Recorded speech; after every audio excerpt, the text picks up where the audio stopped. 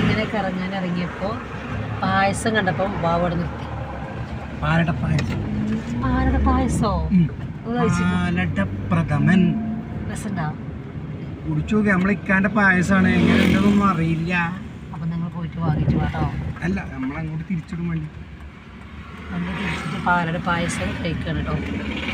പാലട പ്രഥമൻ അല്ലേ? പാലപ്രഥമനല്ലേ? അപ്പോൾ വെറുതെ ഇങ്ങനെ ഇറങ്ങിയതാണ്, കാര്യമായിട്ടൊന്നും ചെയ്യാനൊന്നുമില്ല.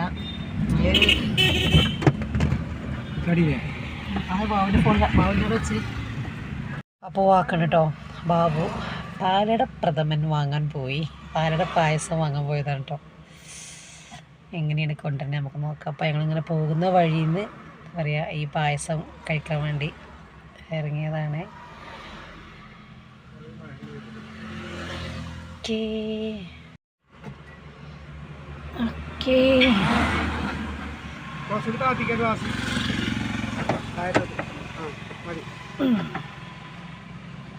സ്റ്റോവ് അപ്പോൾ കണ്ടില്ലേ. അപ്പം ഇതിലാണ്. അപ്പം നല്ല ചൂടുള്ള പായസം. ടേസ്റ്റ് ഉണ്ടോ? അതിന് കുറച്ച് കൂടിയോ? കുറച്ച്